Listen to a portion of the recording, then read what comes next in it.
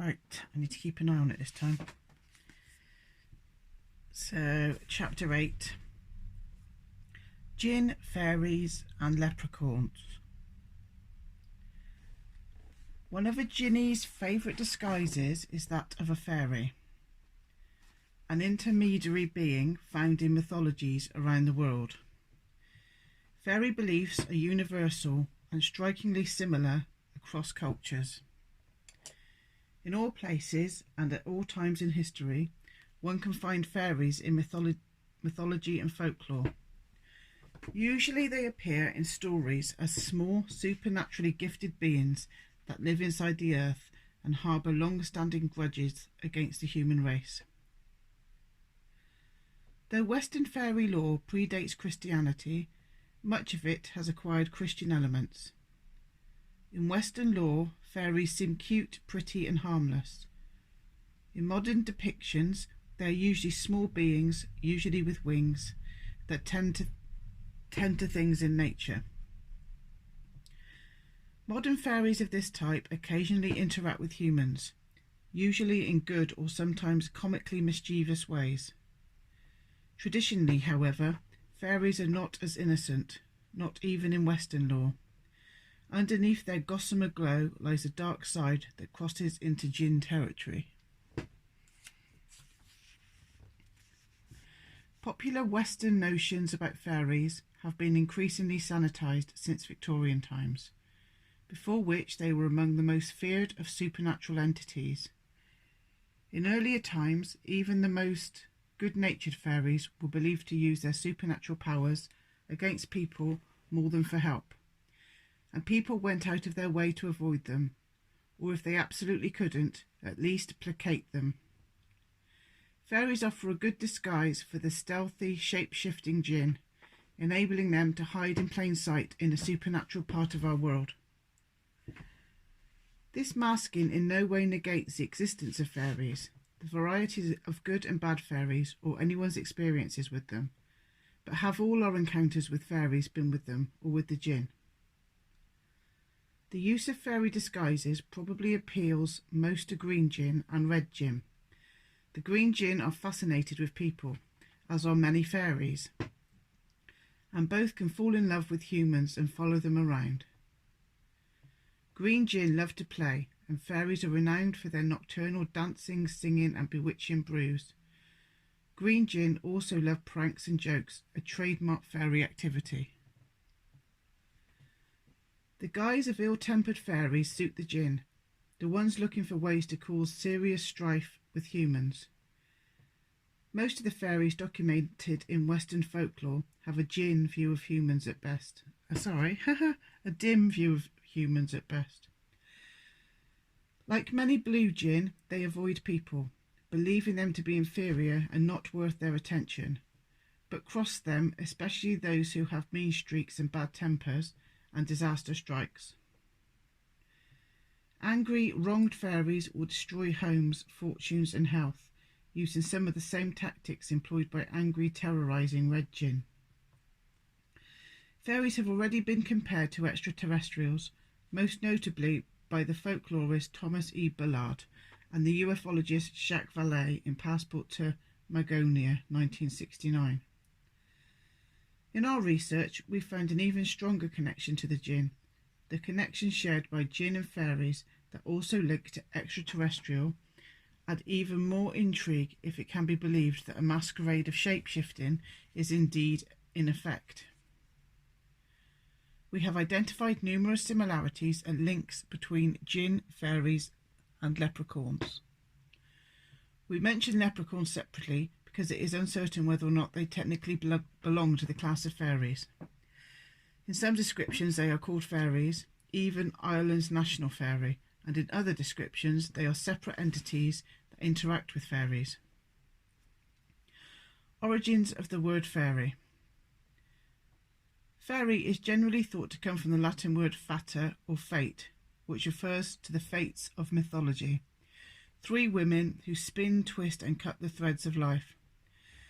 Fairy came into usage in medieval times and was often used to refer to women who had magical powers. Fairy, originally spelled Faerie, referred to the state of being enchanted. According to law, fairies themselves do not like the word, but prefer such label as the good neighbours, the good people, the gentry, the people of peace, the strangers, themselves, the seelie, blessed court, and similar terms. Compare them with the Djinn, often referred to by similar names such as God's other people, them, one of those, and those other people. Fairies are also called the little people because of their diminutive size. Most are described as 2 to 3 feet in height.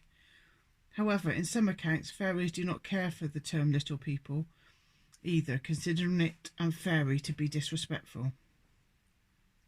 The connection between fairies and Persian law was made by Lady Jane Wilde, 1826 to 1896, an Irish poet and wife of Sir William Wilde. Lady Wilde was interested in Irish fairy stories and wrote extensively on them.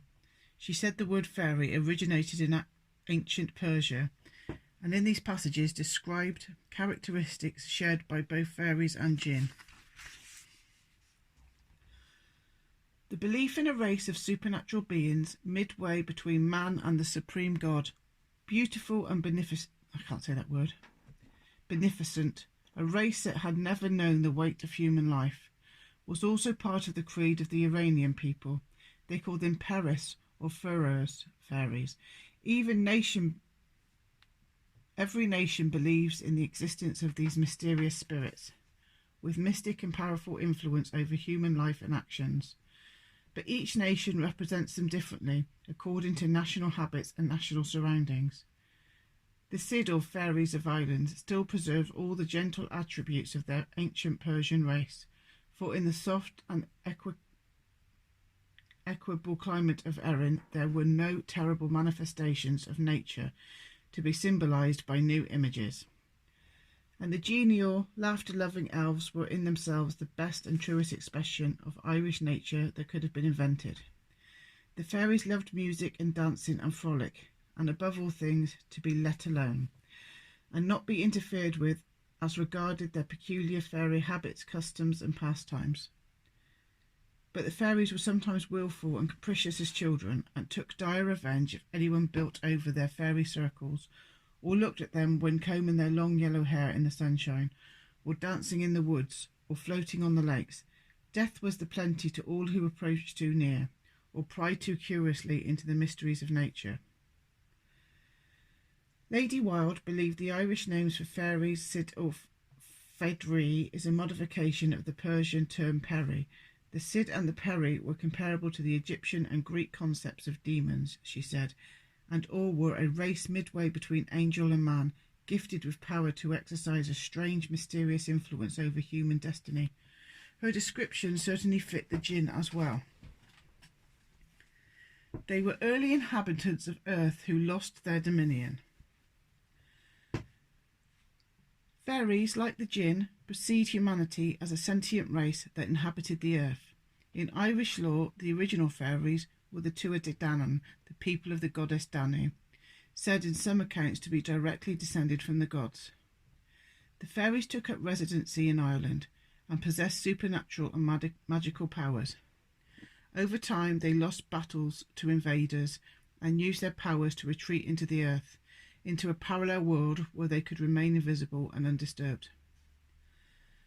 They are outcast from their realms. The Djinn were cast out because they did not bow down to Adam, but rebelled under Iblis. Fairies have a number of origins according to law. In addition to being the original inhabitants of Earth, they are said to be nature spirits, the souls of the pagan dead who cannot enter heaven, the ancestral dead, the guardians of the dead, supernatural creatures who are part human and part monster, and fallen angels. When Lucifer and his followers were thrown out of heaven, some didn't become demons of hell, but fell to earth and became fairies. Although there are no equivalents of fallen angels in Islam, the fall of the Djinn and the transformation of Iblis into an evil parallel of Lucifer or Satan has strong associations with the fallen angel explanation of fairies. The belief that fairies were fallen angels is particularly strong in Irish and the Scottish Highland law, where folklorist Alexander Carmichael recorded an oral version of the fallen angel story in which the fairies are cast out with the proud angel Lucifer. In October of 1871, Carmichael and his travelling companion, the folklorist J.F. Campbell, were forced to wait out a storm on the island of Barra. They spent their time listening to the local folklore.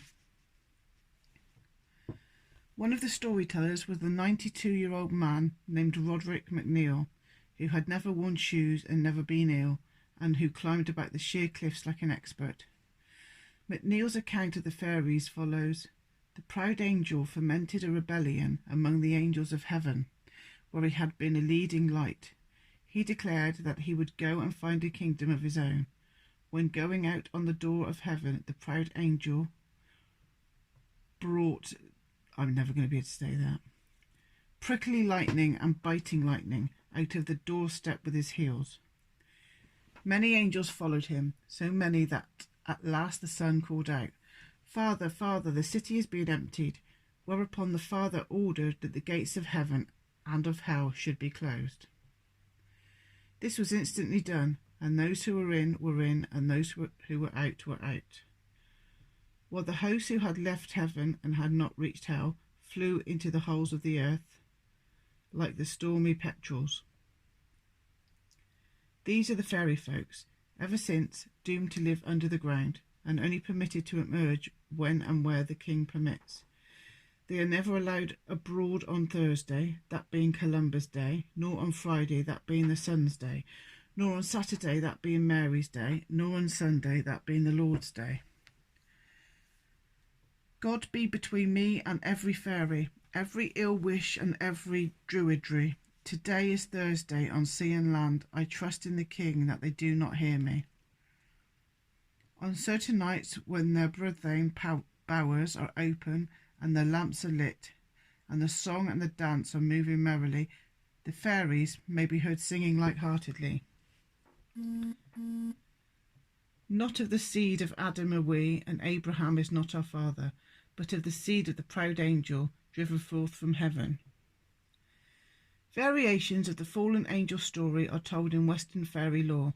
In some, the angels who become fairies were the unwitting dupes of the proud angel, and they fall into a netherworld where they are too wicked for heaven and too virtuous for hell. Over time, they become increasingly dark and demonic in nature. In these stories, we find strong parallels between the Djinn and fairies. The fairies were angels in heaven who rebelled and vowed to form their own kingdom, and they fell into holes on earth. The Djinn rebelled and were banished and formed their own kingdoms, preferring to live in holes in the ground and caves. Deprived of their place and status, both Djinn and fairies developed deep and long-standing grudges and a desire for revenge. Some fairies and Djinn remove themselves deeper into their own realm, content in the knowledge that foolish humans would at some point bring about their own demise, and they would be able to reclaim their places in the world. Others find opportunities to strike out against humans. They are linked to the demonic. As we see in the sections above, both Djinn and fairies have become associated with the demonic and devils. As punishment for disobeying God's order to bow before Adam, Iblis was thrown out of paradise and became Shaitan or Satan, and his Djinn followers came to be regarded as demonic in nature. In fairy lore, fairies are sometimes described as servants of the devil and witches, helpers in the carrying out of hexes, curses and harmful magical spells. Both Djinn and fairies are also agents of possession. They are hidden. The Djinn are called the hidden ones because they are obscured from human sight. The Quran states, "He, the devil, and his tribe you see, while you do not see them." The story given in Celtic lore says that fairies are the offspring of Adam and Eve and earn their nickname, the Hidden People, because of Eve's sin. After the fall, Adam and Eve have a great many children. One day, God was walking through the world and he called on Eve and asked her to present her children. Ashamed at the great number of them, Eve sent half of them to hide and presented the ones she thought were the best. God was not fooled and said, "Let those who are hidden from me be hidden people." So the fairies became invisible and hidden from sight, just like the Djinn. They believe they are superior to humans. Iblis proclaimed to God that the Djinn, made of smokeless fire, were superior to humans, made of mere clay.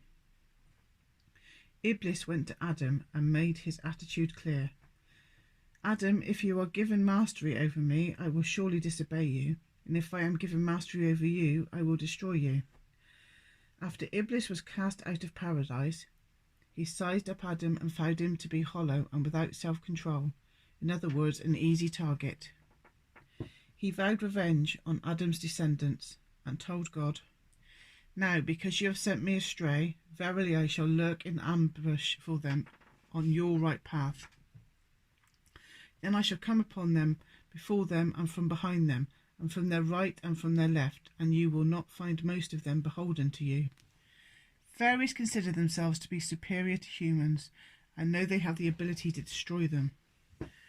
Y.W. Evans Wentz, an American anthropologist who collected fairy lore in the British Isles, Ireland and Europe, heard many such descriptions. In the area around Ben Bourbon Mountain in County Sligo, Ireland, a man gives him this description of fairies who call themselves the gentry. "The folk are the grandest I have ever seen. They are far superior to us, and that is why they call themselves the gentry. They are not a working class, but a military aristocratic class, tall and noble-bearing. They are a distinct race between our race and that of spirits, as they have told me. Their qualifications are tremendous. We could cut off half the human race, but would not, they said, for we are expecting salvation. And I knew a man 3 or 4 years ago who they struck down with paralysis. Their sight is so penetrating, I think they could see through the earth. They have long lifespans, but not immortality." Time is something that fairies and Djinn have in plenty, but both have much longer lifespans than humans. Though no one knows to what extent, as we have noted in Chapter 2, Djinn live for thousands of years. In fairy lore, fairy lifespans are much longer because of the different passage of time in their world than on Earth. Time passes much more slowly for fairies, and a day to them can be a year to humans. There is no immortality for either Djinn or fairies, however, and at some point both must die. Their fate in the afterlife is unclear, since according to law, both are damned in the eyes of God. Djinn and fairies await their fate at the Last Judgment. According to Lady Wilde, when that day arrives, fairies are fated to pass into annihilation, to perish utterly and be seen no more. Some of them nervously await salvation. Irish and Scottish stories tell of fairies asking a sympathetic human to inquire on their behalf about their fate. The human consults a sympathetic saint or priest who always gives an unhappy answer. The fairies are doomed and have no hope of ever re-entering heaven.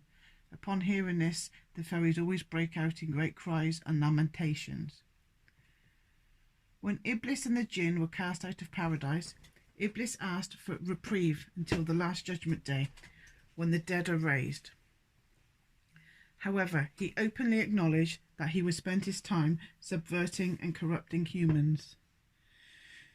"Do you see this creation that you have honoured above me? If you give me grace until the day of resurrection, I will verily seize his seed, save but a few." Even so, God granted his request. As for the fate of the Djinn, the Quran states that Djinn who become believers, that is, convert to Islam, will be taken to paradise, while evildoers will be sent into the hellfires along with evil-doing humans. They are organised into societies and families. Djinn marry and have families that are organised in clans and who are ruled by kings. Fairies also marry and have families, work at jobs and are ruled by kings and queens. Both Djinn and fairies keep pets, most notably dogs and cats. They must pay tributes to the devil. In Chapter 5 we noted that the Djinn, who serve a Djinn king, must pay him a tribute once a century. There are different kinds of tributes, but one of the most commonly cited is a human soul, which the Djinn ensnare with enticements of physical pleasures, money and power. In fairy lore, fairies must pay a tribute to the devil every 7 years. usually one of their own, who is chosen by the devil himself. To avoid this terrible payment, stories tell of fairies kidnapping a human infant or sometimes a young child and offering it instead. The famous story about Thomas Rhymer, a Scottish lad and poet who lived in the 13th century, features this element of the devil's tribute. According to the Ballad of True Thomas, which circulated in various versions through the 16th to 19th century, the handsome Thomas was kidnapped by the Queen of Elfland, who became infatuated with him. For 7 years he enjoyed himself in the beautiful realm of the elves. Toward the end of the 7th year, the fairies grew worried, for the devil's tithe was soon due, and they feared that the devil would choose Thomas because of his good looks. Reluctantly, the Queen of Elfland sent Thomas back to the land above earth and bestowed upon him the gift of prophecy. They have supernatural powers. Djinn and fairies possess supernormal strength and the power to be invisible at will. They can levitate themselves and whatever they carry and fly through the air. They materialize, pass through walls and solid objects, and can vanish into thin air. A woman in Ireland told Evans Wentz about fairies. When they disappear, they go like fog. They must be something like spirits, or how could they disappear in that way? Fairies especially do not like to be seen by humans and will punish those who accidentally espy them. Evans Wentz tells the story of an Irish man who noticed a group of small fairies playing hurley while he was watering his cow. They saw him watching them and immediately beat him so badly he could barely speak. During the night, however, they took pity on him and rubbed his face with a magical ointment to heal him. In other stories, fairies will temporarily or permanently blind the person who sees them by striking them across the eyes. One of the most famous powers attributed to both Djinn and Genie and fairies is the ability to grant wishes. As the imprisoned Djinn is bound to grant 3 wishes to whomever frees him, fairies grant wishes to humans who do them good deeds. For example, an Irish story tells of a woman who finds a fairy dog in a state of exhaustion. She takes it home and nurses it back to health.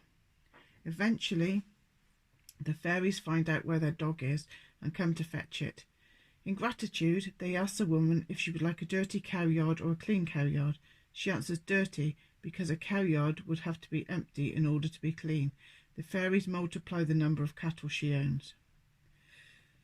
Djinn wishes seldom work out well, and fairies have been known to rescind their wishes owing to their capricious nature. A common story in fairy lore is of the fairy bride who bestows wishes and favours upon her human husband, as long as certain conditions are met. If the conditions are broken, no matter how long they have been married, the fairy spouse and all the wishes, usually goods and livestock, vanish back into fairyland. Sometimes the punishment seems impulsively devised. For example, fairies will pay for services rendered by humans, but with odd conditions, such as do not look at your money until you get home. Of course, the foolish person peeks at the money to see how much she has been given. Immediately, the money turns to something worthless like dead leaves or ash. Both Djinn and fairies have supernatural healing abilities, and if motivated, may use them for our benefit, sometimes even granting us powers. Fairies sometimes give powers as an outright gift. Djinn are more likely to use powers as bargaining items in packs, an exchange of favours for a soul. They are masterful shapeshifters. The Djinn assume any form they wish, from animals to humans to angels. It is thought that instead of whispering to people directly, Satan will instead appear in human form, though usually with a strange sounding voice or an indescribably strange appearance. Likewise, Djinn may appear in front of humans and inform them of their nature, but they have been known to lie, often claiming to be angels. Sometimes they call themselves invisible men, or they claim to be from the spirit world. The invisible men perform miracles in order to look like servants of Allah, and some of them aid the infidels against Muslims. Fairies also can assume any form they wish. They often shapeshift into extremely attractive humans, especially when trying to lure a man or woman as an object of romantic desire. In Ireland, a story is told about fairies who assumed the forms of flies to engage in great battle among themselves. When the battle was over, the number of dead flies could have filled baskets. Right, I've done this chapter in 2 episodes. I just threw some bits and pieces, some of my bits down there might be a bit more interesting to look at. Look at that, I'm proud of that one. I'm bloody proud of that one. So, let's have a bit of a drink. Right, so I'm continuing with chapter, God knows, chapter 8, Djinn, Fairies and Leprechauns, so I'm continuing. They live in a subterranean world. Is it taping? The Djinn prefer to live in caves, holes and other remote locations. They will not be bothered by people. Where they will not be bothered by people. In chapter 5 we saw the case of the man who was hiking and stepped on the roof of a hole occupied by a small man who may have been a green Djinn. The description of the tiny man and his home in the ground might also be interpreted as a fairy emerging from his underworld den. If mortals enter a Djinn abode, they become trapped unless the Djinn take pity and permit him to find his way out. Fairies live beneath the ground in a secret land where they too will not be disturbed. The doorway to their world is often in a mound or fort called a hoe or no in Scotland, and a rath in Ireland. The doorway, akin to an interdimensional portal, is usually closed to mortals, but the occasional person may accidentally stumble through.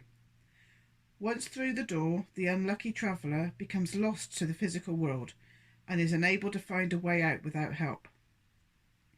While in the fairy realm, people are subjected to fairy time, which is much slower than the time passes for us normally. If the trapped people succeed in returning to the land above, as the mortal world is called, they may be shocked to find that their families and everyone they know are long dead, while for them it would seem that only a week or 2 had passed. Sometimes fairies forcibly bring people to their realm, such as in the case of Thomas the Rhymer. Sometimes they grant access to people they like. In 1692, a Scottish minister named Robert Kirk of Aberfoyle was said to have been given repeated entry to the fairy realm. He enjoyed great favour until he broke one of the cardinal rules by travelling into the court of the evil fairies. As punishment, he was sentenced to permanent captivity in the fairy realm. The area of Knockmeader in Western Ireland was renowned as a fairy stronghold.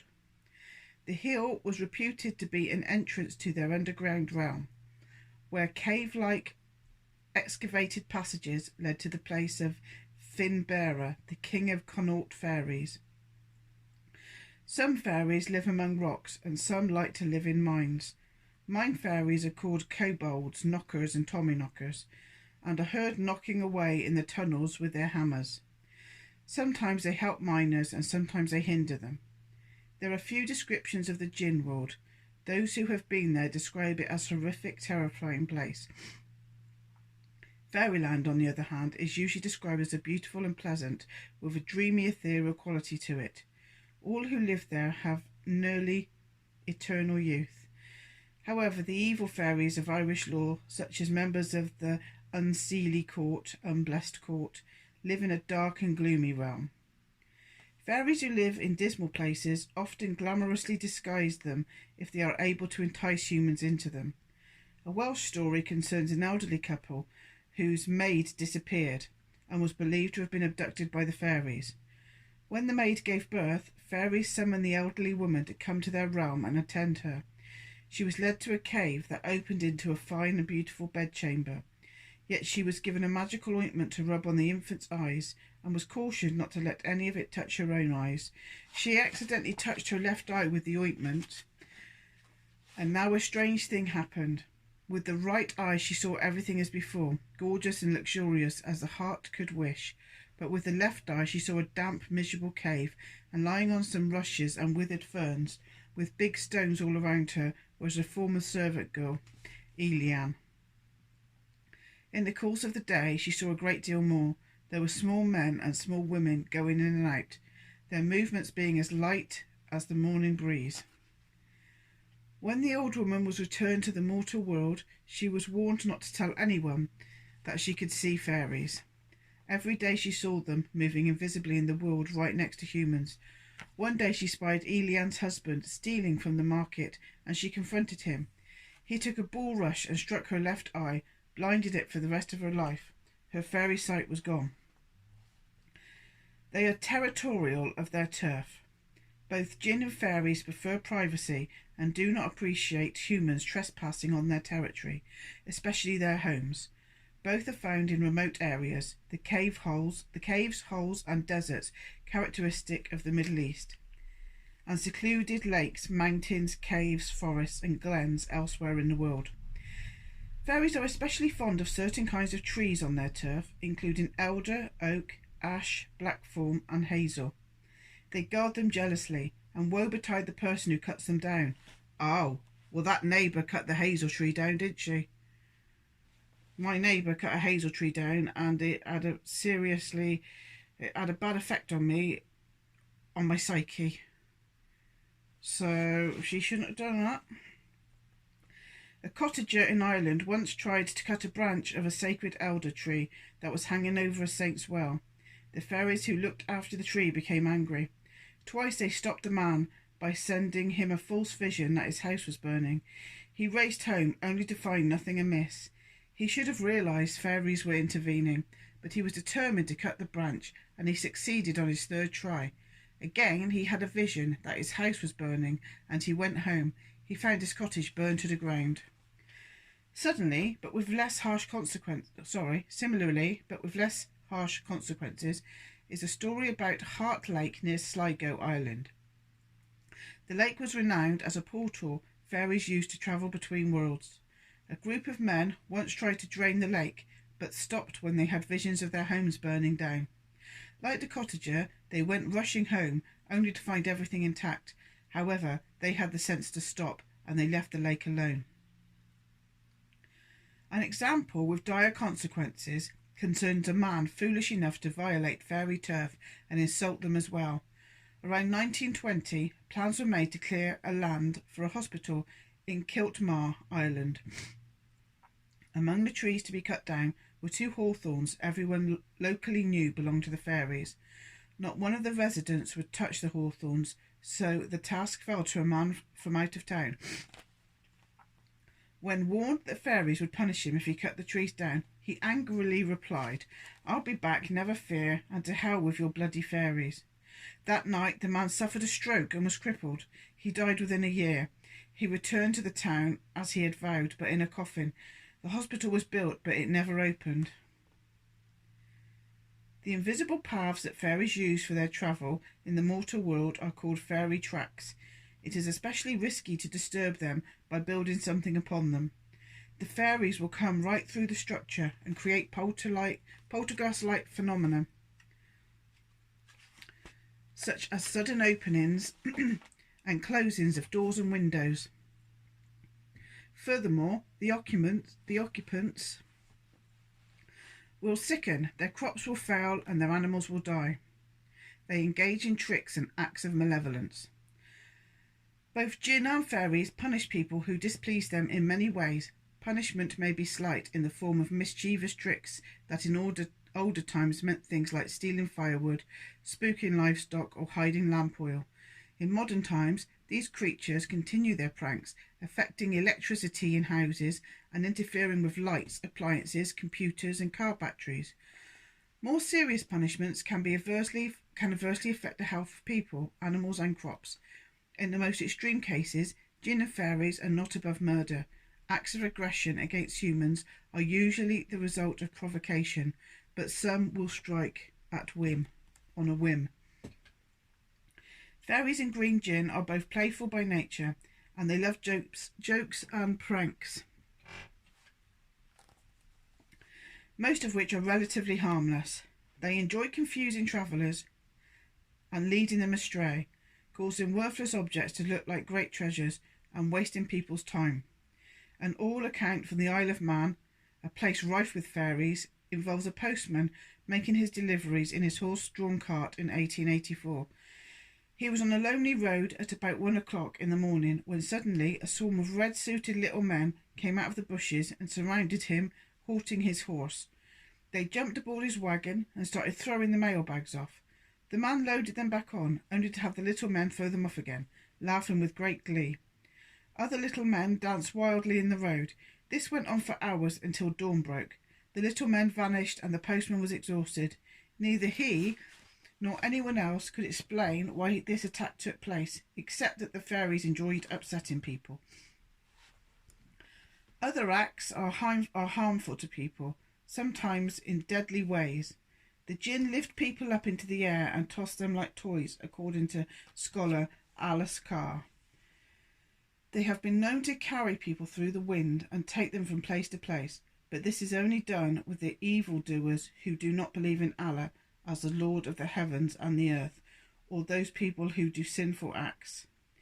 Fairies who feel wronged by people punish them by ripping them through the air at great speed, dropping them down onto brambles and brush until they are bloody.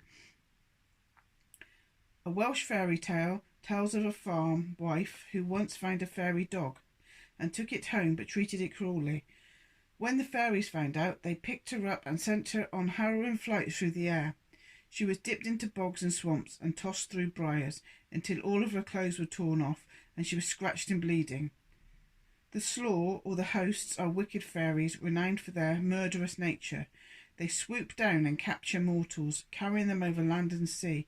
Then they drop their victims into mud and bogs, sometimes killing them. A Scottish account tells of a child snatched up one night by the Slaw.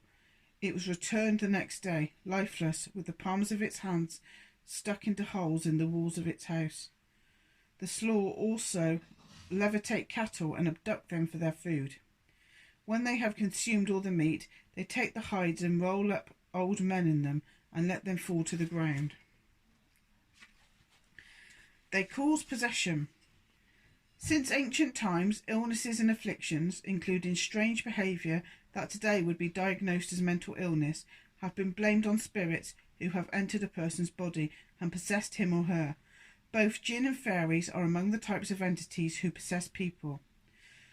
Sometimes both engage in possessions because they want to experience a human form.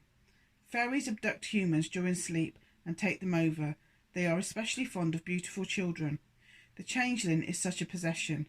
Law says that fairies have ugly children and like to steal attractive human children at night, leaving their own infant in its place. The exchange is more like a possession, however, because the human child undergoes a transformation for the worse that includes physical and mental deteriorations and marked changes in personality.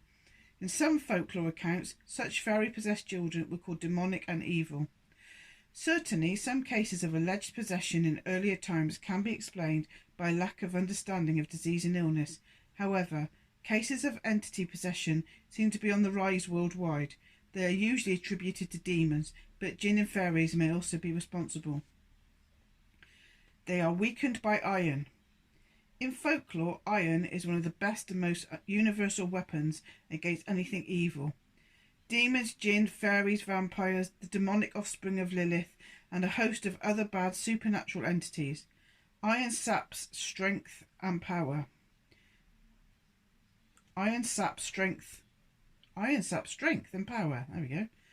It is unknown exactly where this belief originated, but it was widespread even in ancient times. One reason may be the fact that human blood contains iron and has an iron-like smell. Iron weapons and tools thus held the sympathetic magic of the life force and could be used against things not human. In some cultures, such as the ancient Babylonians, Egyptians and Aztecs, iron was sacred and was believed to come from heaven, perhaps because iron is found in meteorites. The ancient Greeks and Romans would not allow iron in their temples or sacred rituals because it would repel spirits. For the same reason, ancient Saxons did not use iron rune wands in cemeteries in order to not disturb the dead. Both Djinn and fairies loathe iron.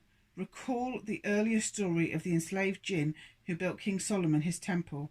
The Djinn were afraid of having to work with iron tools.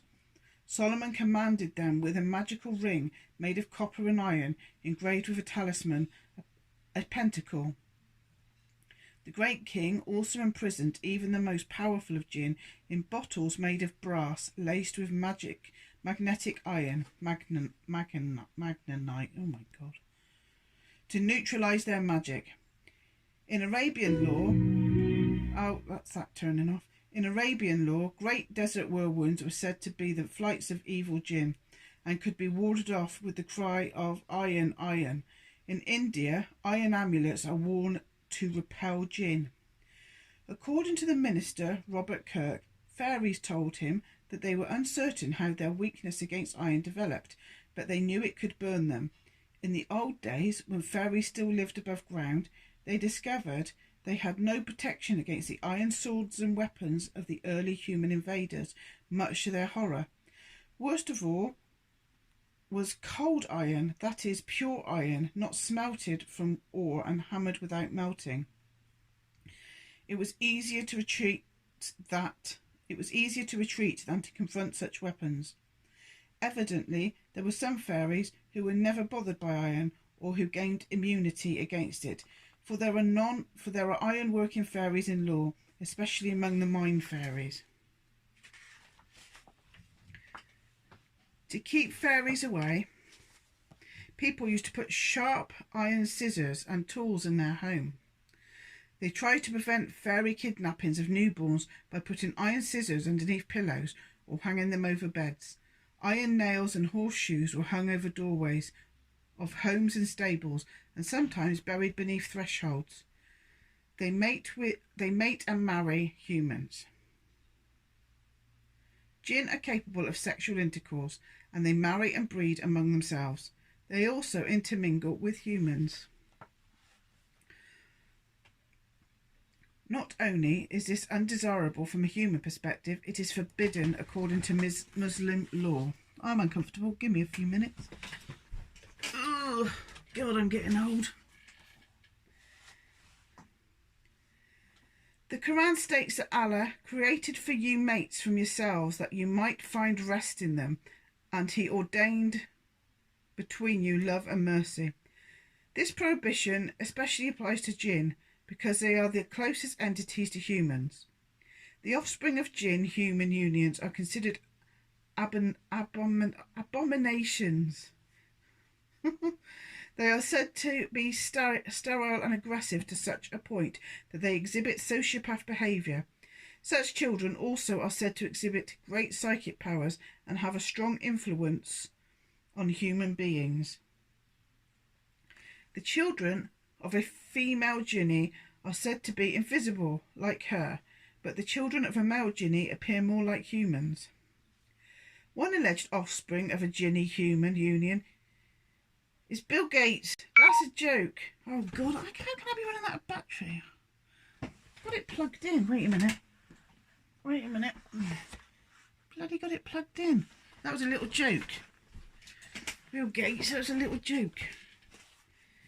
One alleged offspring of a Jinni-human union is the famous Queen of Sheba, or the Queen. That's a joke as well. Who captured the interest of King Solomon. Although the Quran never mentions her by name, Arabian stories refer to her as Bilqis. That's Bilqis. No idea if I said that right. According to law, her father was a human king by the name of Al-Haddad, and her mother was a Jinni named Marlis. The story goes that Marlis was pursued by evil Djinn, Red Djinn, and was injured in a battle. Al-Haddad found her wounded and rescued and hid her. They fell in love and had a child together. When Bilqis was 15, she was quite aggressive and uncontrollable. She quickly rose to the position of queen by eliminating all those who stood in her way. It was said that her methods of persuasion were only surpassed by her beauty, and because of this, Solomon was enchanted by her. The great king's advisors told him he shouldn't become involved with the queen, as she was a daughter of a Djinn, and a relationship was forbidden by God. Solomon wouldn't let go of his interest and thought of a way to secretly find out if Bilqis was indeed half Djinn. The offspring of a human and Djinn were believed to have a great amount of hair on their legs and feet that would give away their true identity. When Solomon invited the queen to his palace, he had the floor that led to his throne made of a shiny glass-like material. When Bilquis entered the great hall, she thought it was water, so she raised her skirt, enabling him to see her feet and ankles. He was relieved to see them hairless. However, in an Arabian tale, which many scholars feel is embellished, Bilquis craftily removed all the hair from her legs and feet before visiting Solomon's palace. In another version of this story, the Djinn spread the lie that Bilquis had the feet of an ass. They knew she was a daughter of a Jinni, and if she married Solomon, their children would be even more cunning and powerful than Solomon himself, as they would have Djinn blood. The enslaved Djinn were afraid that any Djinn human offspring would further enslave them. It is clear from the sparse historical accounts of the Queen of Sheba that, Djinn or not, she had considerable power and influence. She influenced the other rulers, including the Pharaoh of Egypt, not to attack Israel because she wanted the kingdom for herself. Today, this type of power might be considered a kind of psychic mind control. Since the days of the legendary Queen of Sheba, Middle Eastern people of both sexes have claimed sexual unions and marriages with Djinn. In the United Arab Emirates is a clan that claims descent from a female Jinni, despite their normal appearance. The claim is unsupported. Other modern accounts of human Djinn marriages exist. Young men who cannot afford to marry women sometimes visit a priest or sheikh who will marry them to a female Jinni. They know the Jinni will be jealous and will insist on strange conditions within the marriage. These husbands cannot talk about their Djinn wives, or else they will drive them insane or possess them in unpleasant ways. The men cannot look at any mortal female, and they must always knock before entering a room. Stories resembling urban legends are told of the horror that awaits the man who enters a room occupied by his Jinni wife without knocking. Amira told me about her cousin who was married to a Jinni for a year. He and his Djinn wife had lived happily together, and they even had a son. One day, the man forgot about the stipulation of knocking before entering, and he stumbled upon a horrifying scene. The Jinnia had taken on a different shape. She was hairy and ugly, with vertical eyes in her black face. She was cooking, and their child was crying hungrily in the other room. The moment the man entered, he saw her breast, black and ugly, passing by on its own to feed the baby. Oh! Oh! The Jinni disappeared, taking her son with her, and never returned again. In Amira's story, her cousin came away relatively unscathed. In other similar cases, the human lover ends up blind or loses his mind. Oh! I'm going to bloody lose my mind after reading that. Sometimes the Djinn marital partners are described as the Qarin, Qarin. The Djinn companion, assigned at birth, or a Makawi, a term for Djinn who fall in love with humans. If a woman marries a Makawi, they live together as a normal husband and wife. The Makawi appears only at night to sleep with his mortal wife and has certain conditions that must be met. In exchange for having all her needs fulfilled, the wife is forbidden from disclosing the true nature of her husband. If she does, he will mistreat her. It is believed that the most beautiful women of all will be chosen for wives by the Makawi. Green Djinn can develop fascinations and romantic attachments with humans. While sexual or legal union may not always be the result, the Green Djinn's infatuation can interfere with normal relationships. Fairies are renowned for falling in love with humans and marrying them, producing hybrid children. A love-struck fairy will follow a human around, much like an infatuated Green Djinn. Fairies try to lure their beloved into their own world, where they can be imprisoned. Sometimes, if they cannot succeed with enticement, they resort to kidnap him. In fairy lore, if a young mortal wife or husband dies, they are believed to have been carried off by the fairies. They die to the mortal world, but remain alive in another form in the fairy kingdom. Humans may fall in love with fairies and can marry them, for fairies bring many blessings to such a union. A human husband fairy wife union is more common in law than the reverse. Sometimes humans can convince fairies to live in our physical world, like the Djinn human marriages. Human-fairy relationships have conditions. If the human spouse fails to live up to the requirements set by the fairy spouse, the blessings, the marriage and the fairy vanish. Bloody hell, this is a long one. How much longer is this going on for? One story tells of a husband who is warned by the father of a fairy bride to never strike his wife. If he does so 3 times, she and all her blessings will disappear forever. In some versions of this story, the husband minds his manners, sometimes for many years, but inadvertently strikes his wife on 3 separate occasions. Inadvertently strikes her on 3 separate occasions. Moving on. In fairy lore, the hybrid fairy-human offspring are considered strange, but they are not necessarily abominations. Like Djinn, human offspring, they possess unusual supernatural powers. Let me get a bit of water, mind. It's either that or wine. I've both.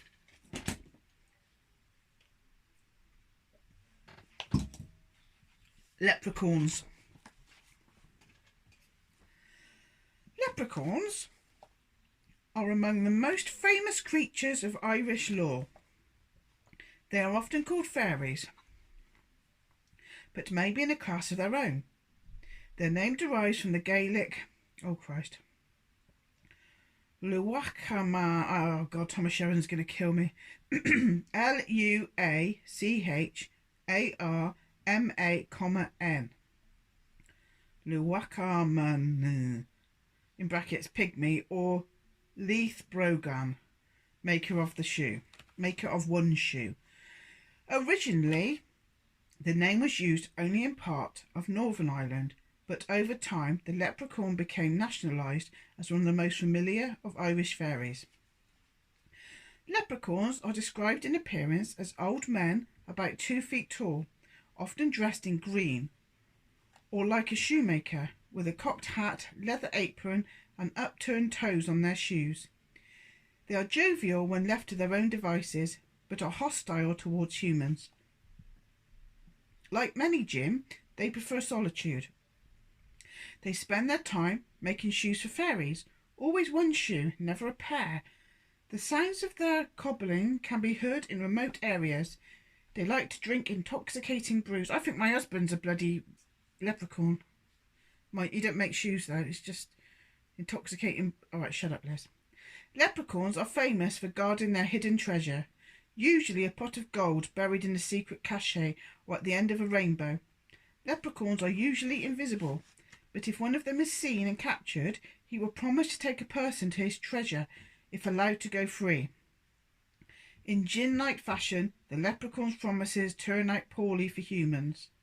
En route to the treasure, the person must never take his eyes off the leprechaun, not even for a second, or the leprechaun will vanish. Or the leprechaun will bargain with false money from one of the 2 leather pouches that he always carries.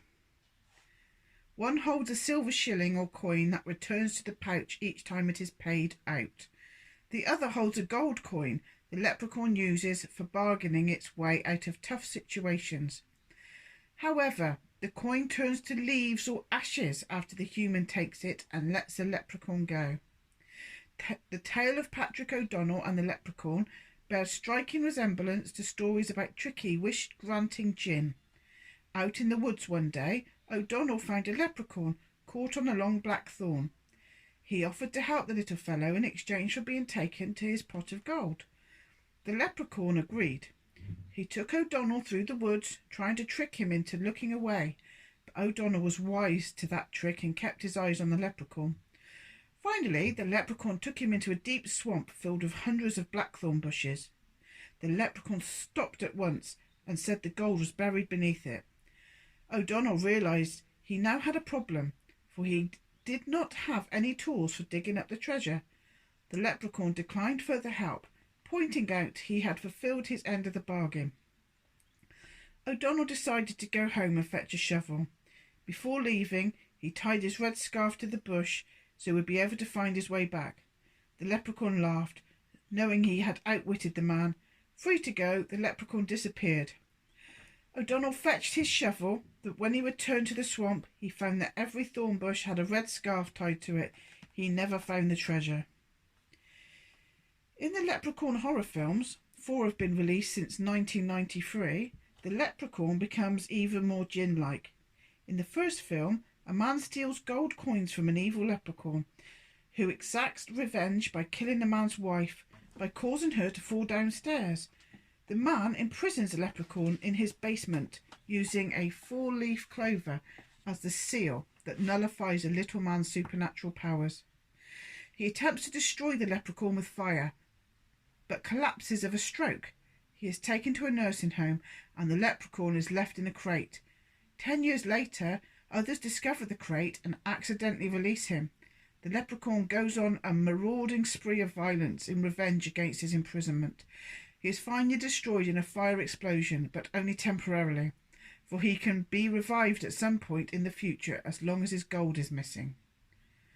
The leprechaun's supernatural abilities mirror those of the Djinn, the granting of 3 wishes that get twisted, levitation and supernormal strength. In subsequent films, the leprechaun has the power to start fire, bend reality. In earlier times this was called bewitchment or glamour. Enter and possess human bodies, regenerate damaged body parts and create mysterious force fields. Like the Djinn in the Wishmaster films, he can survive most attempts to destroy him. Ultimately, however, the human protagonists find a fatal weakness. In closing, there is considerable overlap between Djinn and fairies, and we have touched only on the major similarities. We believe the Djinn use many entities as fronts for interacting with humans, but fairies, with their diverse traits and rich lore, provide some of the best disguises. Certainly, many human involvements with fairies are with fairies.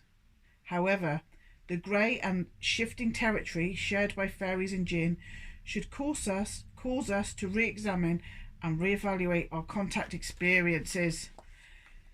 So, the next one is chapter 9 and is aliens, Djinn and UFOs. Now that should get a lot of viewers in my realm of people. Right, I will upload this one now.